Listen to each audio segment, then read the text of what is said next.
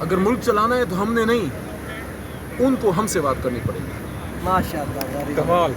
بسم اللہ الرحمن الرحیم۔ السلام علیکم ناظرین، میں فاروق بھٹی اپنے ڈیجیٹل میڈیا چینل پر آپ سب کو خوش آمدید کہوں گا۔ ناظرین، برف پگھل رہی ہے یا نہیں یہ بھی آپ کو بتانا ہے۔ شہر اقتدار میں اس وقت کیا صورتحال ہے وہ بھی آپ کے سامنے رکھنی ہے، لیکن ایک بات طے ہے، خان آ رہا ہے، حکومت جا رہی ہے۔ حکومت کی شکست جو ہے وہ شاہراہ دستور کی دیواروں پر لکھ دی گئی ہے۔ جماعت اسلامی کے دھرنے کی بات کریں تو ریڈ زون پورا سیل ہے۔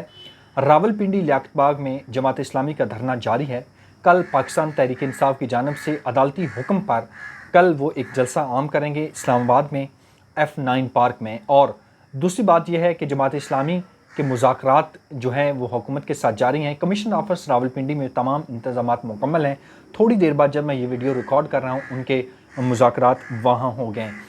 دوسری بات یہ ہے کہ 2 ایڈ ہاک ججز کی جو منظوری دے دی گئی ہے، صدر نے آصف علی زرداری صاحب نے منظوری دے دی ہے، اس حوالے سے بات کریں گے۔ 2 ایڈ ہاک ججز جو ہیں وہ سپریم کورٹ میں کیوں لائے گئے اور ان کا آنا کیوں ضروری ہے۔ حکومت کا جانا ٹھہر گیا ہے، خان کا آنا جو ہے وہ لکھ دیا گیا ہے۔ اور میں حکومت کی بات کروں تو حکومت کی شکست میں آپ کو بتا چکا ہوں، شاہراہ دستور کی چاروں دیواروں کے اوپر لکھی ہوئی ہے۔ جو چاروں طرف اس وقت ریڈ زون میں کنٹینر پڑے ہیں ان پر بھی ان کی شکست لکھ دی گئی ہے۔ اتحادی جا رہے ہیں، کون کون اتحادی ساتھ چھوڑنے کے لیے تیار ہے۔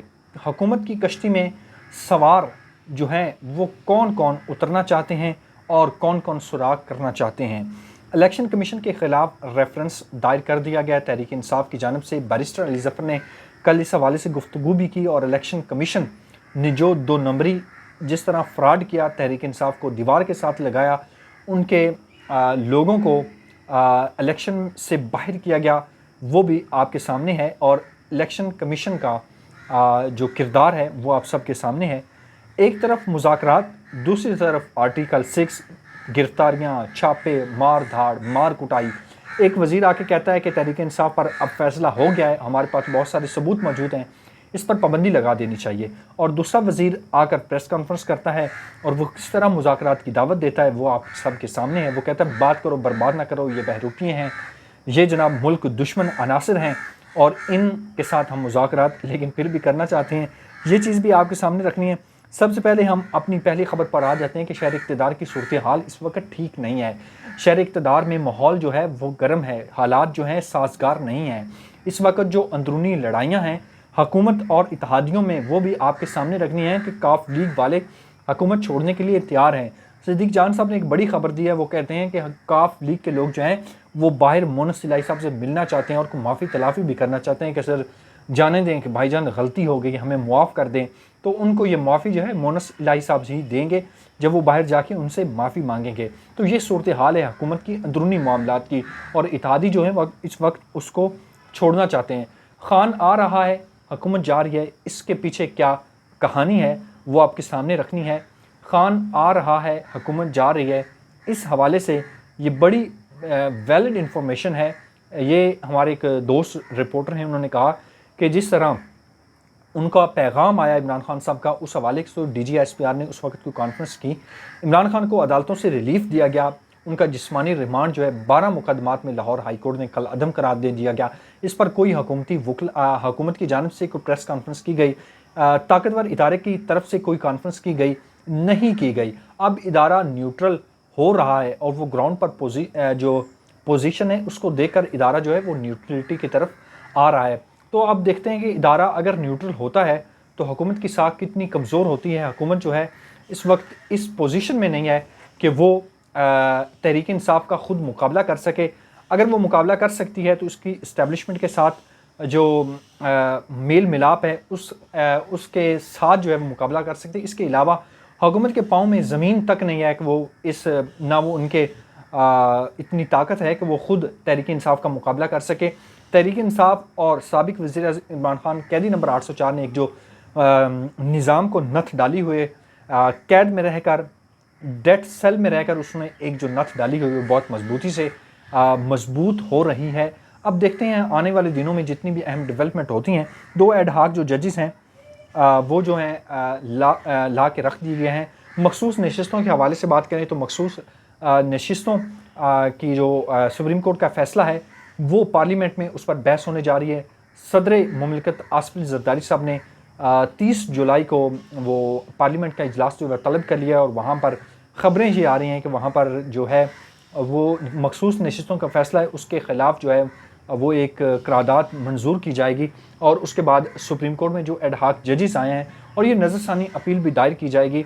ये 2 जजेस को लाना क्यों ज़रूरी था? वो इसलिए लाना ज़रूरी था कि काजी साहब इस वक्त अकेले हो चुके हैं। मखसूस नशिस्तों के फ़ैसले के हवाले से आपने देखा 13 रुकनी बेंच ने जो एक मखसूस नशिस्तों पर फ़ैसला किया वो आपके सामने है और अभी तक इलेक्शन कमीशन ने उस मखसूस नशिस्तों पर तहरीक इंसाफ की उम्मीदवार जो उन्होंने लिस्ट पेश की हुई है उस पर अभी तक कोई भी वो नोटिफिकेशन जारी नहीं किया। और साथ साथ तहरीक इंसाफ और इस्टेब्लिशमेंट में बर्फ़ पिघल रही है या नहीं। और मोहम्मद मालिक साहब जो हैं उनसे जब ये सवाल किया गया शहजाद इकबाल के प्रोग्राम में तो वो इसके बारे में क्या कहते हैं वो भी सुने।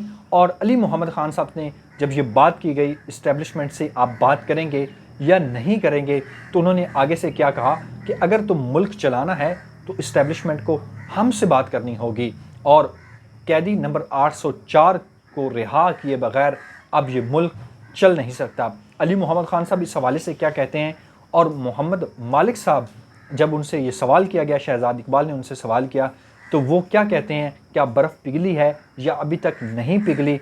ये आप खुद सुने कि मोहम्मद मालिक साहब और अली मोहम्मद ख़ान साहब इस हवाले से क्या कह रहे हैं। कि इस तरह तासुर दिया जाए कि देखिए ठीक है माजी में जो भी हो गया लेकिन हमारा इंस्टीट्यूशन से कोई ताल्लुक नहीं है, तो अब अगर हमने तो अब ऑलिव ब्रांच भी ऑफर कर दी है, अब अगर आगे से पॉजिटिव रिस्पांस नहीं आता तो इसका मतलब है कि इंस्टीट्यूशन नहीं बल्कि इंस्टीट्यूशन की तरफ से इंडिविजुअल सतह पे फैसले हो रहे हैं। हम इंस्टीट्यूशन के खिलाफ नहीं है लेकिन हम चाह ये रहे हैं कि जिन इंस्टीट्यूशन के हेड हैं वो अपनी ज़ात से आगे बढ़ के सोचें। सो मेरे ख्याल एक बिलेटेड एफर्ट है दोबारा इसको एक आर्मी चीफ को इंस्टीट्यूशन से अलहदा खड़ा करने के लिए। स्मार्ट मूव है but again I don't think it's going to work. और दूसरी साइड पे भी क्या कोई ऐसी सोच है कि ठीक है हमें भी इस मसले से निकलना है, मुल्क बंद गली में नहीं जा सकता? क्योंकि कुछ तो बड़े एग्जैजुरेटेड किस्म के बाज़ार ट्वीट नज़र आ रहे थे, कल मैं देख रहा था पोस्ट है जिसमें कहा जा रहा है कि वो भी कह रहे हैं कि सेफ एग्जिट हमें भी चाहिए, तो उस वजह से ये है। तो वहाँ पे भी इतना कोई इस वक्त इशू है, कंसर्न है इतना ज़्यादा? मेरा ख्याल है जी बेसिक फर्क सिविलियन और दूसरे इदारों का ये होता है कि कुछ इंस्टीट्यूशन हर मसले को कॉन्फ्लिक्ट के जरिए ही हल करने पे ट्रेन हुए होते हैं, तो उनका बहरहाल कॉन्फ्लिक्ट की तरफ ज्यादा प्रेफरेंस होता है।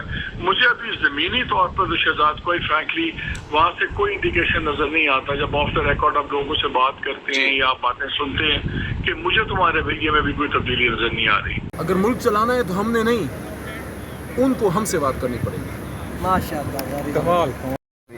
लेकिन जो आपकी पार्टी के बाद दूसरे अरकान हैं उनका जो रवैया है वो बड़ा शिद्दत पसंद है, तो हमें नज़र आता है कि कुछ हॉक्स हैं आपकी पार्टी में और कुछ जो हैं वो थोड़े इतदाल पसंद हैं। क्या सही है? लेकिन मैं मौक़े की मुनासिबत से हॉक भी बन सकता हूँ और जब बनने का वक्त था, जब कुछ नहीं था तो अली खड़ा होता, अली का काम ही खड़ा होना है। लेकिन इस वक्त पाकिस्तान को दुश्मनी की ज़रूरत नहीं है, पाकिस्तान में इस वक्त सियासी दुश्मनी नहीं, मामलात को ठीक करने की ज़रूरत है। और उसके लिए सबसे अहम चीज़ क्या है? देखें, मैं तो आपको मानता हूँ, क्या आप मुझे मानते हैं? ये मेरा सवाल है। मैं तो आपके भुट्टो को मानता हूँ जी। मैं तो आपके साथ जो जुल्म हुआ है उसको जुल्म कहता हूँ। क्या आप मेरे इमरान खान की बदन में लगी 4 गोलियाँ आपको नज़र आती हैं? क्या आपको नज़र नहीं आता कि 25 करोड़ का जो लीडर है जिसने इस मुल्क को एक ही मैसेज दिया नौजवान को, पाकिस्तान जिंदाबाद का, मोहब्बत का और ईमानदारी का, उसको आपने जिस केस में रखा है, पूरी दुनिया में आपकी बेइज्जती हो गई है, मुल्क की आपने बेइज्जती करवा दी है। दुनिया पूछ रही है कि यार एक आदमी वजीर आजम था, उस पर ना करप्शन है, ना जुल्म है, ना मिस अप्रोप्रिएशन ऑफ प्रॉपर्टी है, ना मिस यूज ऑफ पावर है, आप उस पर क्या केस कर रहे हैं? उसकी शादी का पर्सनल मैटर लेके जिस पे कोई सवाल ही नहीं पैदा होता। इमरान खान साहब की शादी है, पहले तो उसमें कोई ऐसा इशू नहीं है, लेकिन अगर कोई खुदा न खास्ता इशू है, उससे स्टेट का क्या काम है, अवाम का क्या काम है? वो तो उनकी वाइफ का एक मसला है और उसमें कोई मसला ही नहीं है। शरीयत क्या कहती है? देखिए, शरीयत मेरी और आपके ताबे तो नहीं, शरीयत उसमें हक़ इख्तियार जो है वो देती है खातून को कि वो अपना फैसला खुद करेगी कि क्या उसकी इद्दत पूरी हुई है या नहीं। उसमें इमरान खान साहब का किसी मतलब ये है कि 3.5 साल की हुकूमत में इमरान खान के ख़िलाफ़ आपको एक धेले की करप्शन नहीं मिली तो आपने इद्दत केस उठा लिया, पाकिस्तान की बेइज्जती करवा रहे हैं। तो ये मेरा नुक्ता है कि अगर आप इस मुल्क को आगे लेके जाना चाहते हैं, जी, अडियाला के असील को निकालना पड़ेगा। تو پھر اس کے لیے اسٹیبلشمنٹ سے بات کرنی پڑے گی یا پولیٹیکل پارٹی سے بات کرنی پڑے گی؟ اگر ملک چلانا ہے تو ہم نے نہیں، ان کو ہم سے بات کرنی پڑے گی۔